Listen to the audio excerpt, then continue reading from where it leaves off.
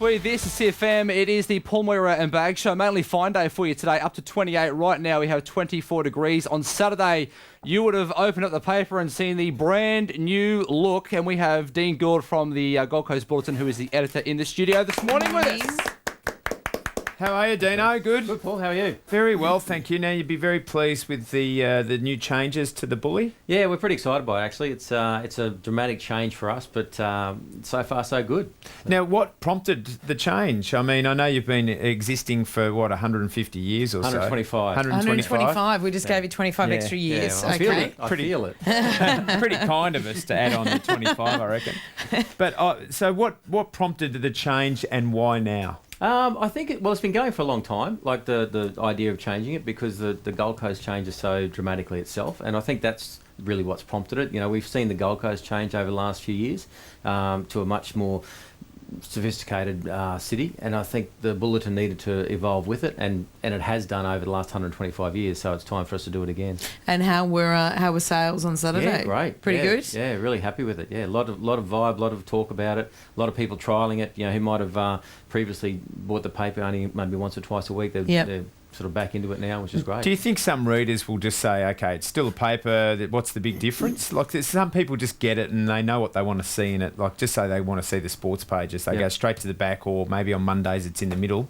Although I noticed today it's on the back again. Yeah, it's at the back. Don't worry, I was looking for it today. I was going, okay, so it's not in the middle. He's changed it up a bit. Yeah. No, it's all in the back now. Look, I actually hope they do that. In the end, it's words and pictures. So that's what we communicate with. You guys are a bit more broader than that, but so I hope they do just think, well, it's still my paper, because the last thing I want to do is upset our current readers. We really value them, and we've spoken to them a lot over the last few months. We've done a lot of research with them, and we've made sure that the changes that we've implemented they're okay with. Something I find really bizarre that is so popular is the texting.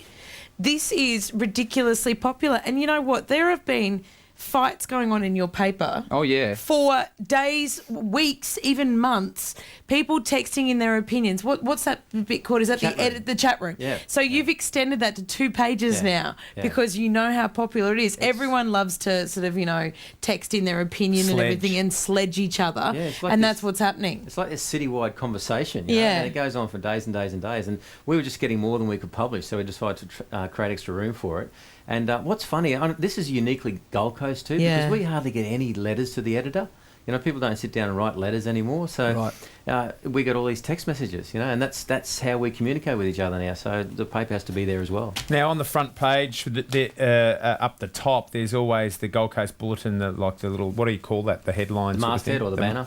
Masthead or banner. So that's changed now. You've got a lovely blue colour in the background. And then, so what prompted you to do that, to the change of the heading? Well, a couple of things. One, we thought that the old one was a throwback to when printing presses could only do black and red. And that's basically where most newspaper banners and mastheads come from. Yep. And we can do any colour. So we thought, okay, what colours sort of represent the Gold Coast? So we start with this combination.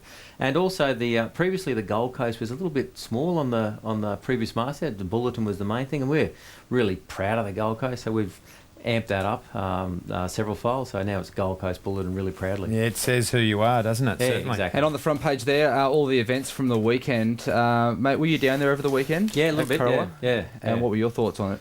Oh, look, it's just very sad, It's really just a sad thing. You've got to realise that, life-saving is a dangerous sport. I mean, 2 weeks ago, Liz Plumers, who's a world-class athlete, was pulled from the surf, almost drowned. This isn't something that these guys aren't aware of.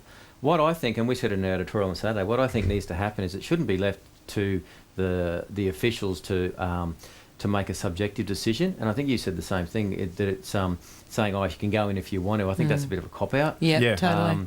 They need some objective measures. Like I know I've got a mate who works in a crane. They can't work in a crane when the wind gets past a certain speed. So when the seas get too big or the sweeps are too quick, at a certain objective measure, say, okay, guys, out of our hands, that's the rules. We can't go out there. So even if they do think they're better than the surf or whatever, they can basically just go, no, that's it. Sorry, this is a certain limit, and that's the end of it. Down to like a legislation almost. Yeah, that's a great idea. Yeah, I think it needs to be objective so that the competitors can't say, oh, you forced me to do it, or they can't say, well, I was going to win my eighth world national title, and you've robbed me of that chance, you know. But there were, certainly, in hindsight, they should have moved it, but who knows at the time. Exactly. All right, Dean, well, thank you very much for joining us this morning. Thank you, Dean. And make sure you go out today and grab a copy of the new look Gold Coast Bulletin. It's the Paul Moira and Bag Show here at CF.